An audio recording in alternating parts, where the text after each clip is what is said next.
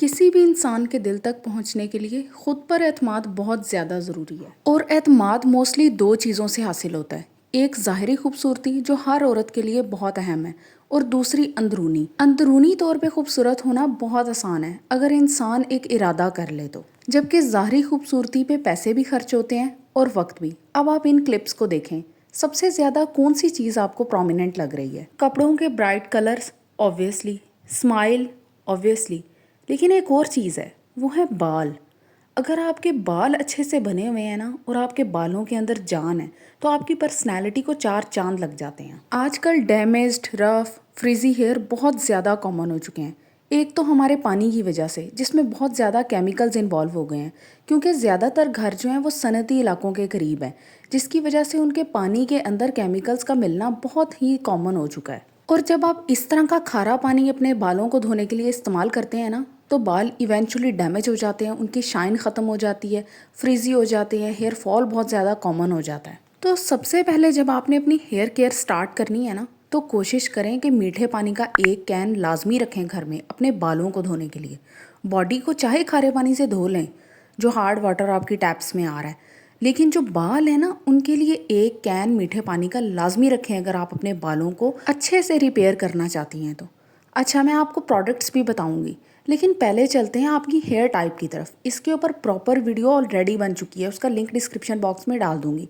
Hair type को जानना बहुत ज़्यादा ज़रूरी है।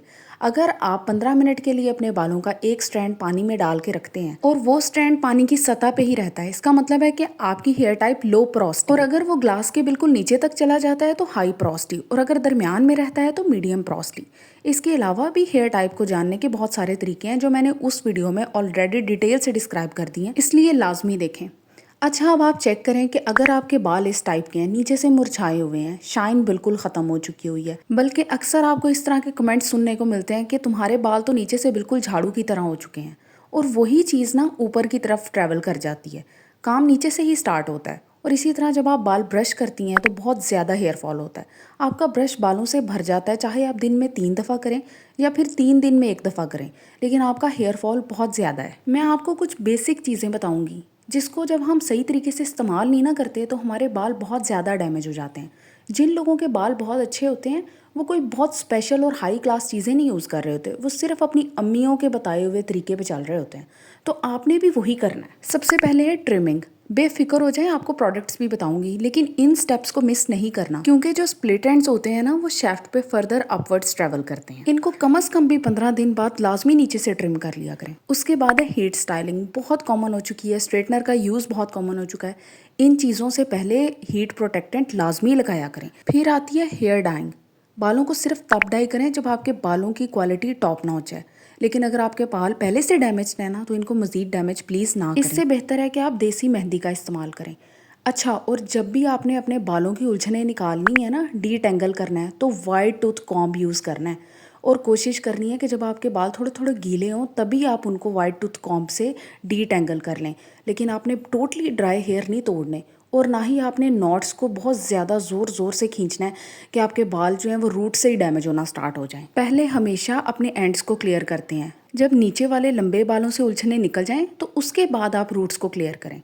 अच्छा, और माइक्रो फाइबर टॉवल हर वीडियो में एम्फेसाइज करती हूँ। जो नॉर्मल बॉडी टॉवल होता है या फेस टॉवल होता है वो सिर्फ पानी को सोखने के लिए होता है, लेकिन जो माइक्रो फाइबर टॉवल होता है ना, ये आपके बालों को ब्रेकेज से बचाता है। फिर है सिल्क पिलो केसेस का यूज़। बहुत दफ़ा एम्फेसाइज करती हूँ कि आप पिलो केसेस एटलीस्ट जो है ना वो सिल्क के यूज़ करें। अगर आप पूरी बेडशीट नहीं भी ले सकती, नहीं भी अफोर्ड करती, तो अच्छे वाले सिल्क के पिलो केसेस लाजमी यूज़ करें। आपके बाल सिल्की हो जाएंगे, शाइनी हो जाएंगे, क्योंकि सारी रात बालों ने रगड़ना होता है तकिए के साथ। आप जितनी दफ़ा भी अपनी साइड चेंज करती हैं आपके बाल डैमेज होते हैं, लेकिन यही अगर सिल्क का पिलो केस होगा तो कोई भी नुकसान नहीं होगा। उसके बाद अब चलते हैं प्रोडक्ट्स की तरफ। जब भी आपने डैमेज्ड फ्रिजी हेयर के लिए प्रोडक्ट्स लेनी है ना, तो आपने अपने शैम्पू कंडीशनर के इंग्रेडिएंट्स लाजमी पढ़ने हैं।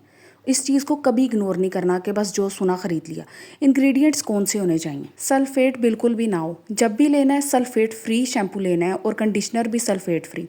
अच्छा, जोन से इंग्रेडिएंट्स मस्ट हैं उसके अंदर फर्स्ट ऑफ ऑल ग्लिसरीन लाजमी होनी चाहिए, vitamin E, biotin, flax seeds, shikakai, amla, reetha, ये वो चीज़ें हैं जो हर्बल हैं। और इन प्रोडक्ट्स के अंदर आपको ये सारी चीज़ें नज़र आ जाएंगी। आपसे पहले सैकड़ों नहीं हज़ारों लोगों ने मेरी रिकमेंडेशन पे इस कंपनी से जो प्रोडक्ट्स परचेज़ किए हैं, उनके अमेजिंग रिस्पांस के बाद कमेंट्स पे भी आप लोगों ने शेयर किया, ईमेल्स भी मुझे आई। अब आप इनको बेफिक्र होकर ख़रीद सकती हैं।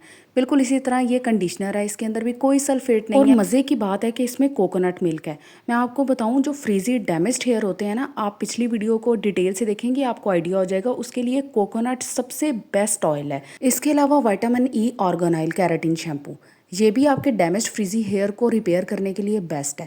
अच्छा, एक चीज़ बिल्कुल मिस नहीं करनी, वो ये है एंटी फ्रीज हेयर मिस्ट। आप जो मर्जी बालों को कर लें, जब तक आप धोने के बाद उस पर ये मिस्ट नहीं ना लगाएंगी, तब तक आपके बाल बिल्कुल फ्रीज ख़त्म नहीं होगा। क्योंकि हाई पोरोसिटी हेयर के लिए आपको ऐसा लाइट वेट ऑयल चाहिए होता है एज अ मिस्ट, जो आपके बालों को ना तो हैवी फील दे और ना ही बिल्कुल ही फ्रीजी कर दे।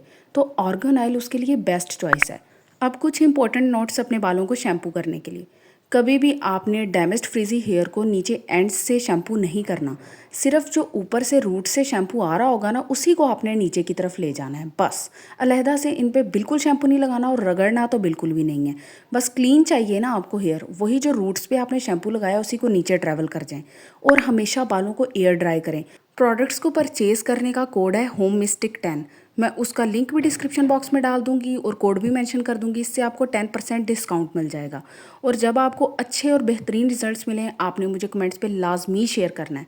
इस तरह से और लोगों का भी भला हो जाता है, उनको भी पता चलता है कि कौन सी प्रोडक्ट ठीक है और कौन सी नहीं। तो बिल्कुल इसी तरह किसी भी इंसान से मोहब्बत और तवज्जो की उम्मीद रखने से पहले आप अपना ख्याल रखना शुरू करें, खुद से मोहब्बत करना शुरू करें, क्योंकि यहीं से हर चीज़ की शुरुआत होती है। खुद से मोहब्बत, खुद से एतमाद दूसरे के दिल में जगह बनाने के लिए बहुत ज़्यादा ज़रूरी है। तो अगर वीडियो पसंद आई हो तो चैनल को लाजमी सब्सक्राइब करें। Thank you.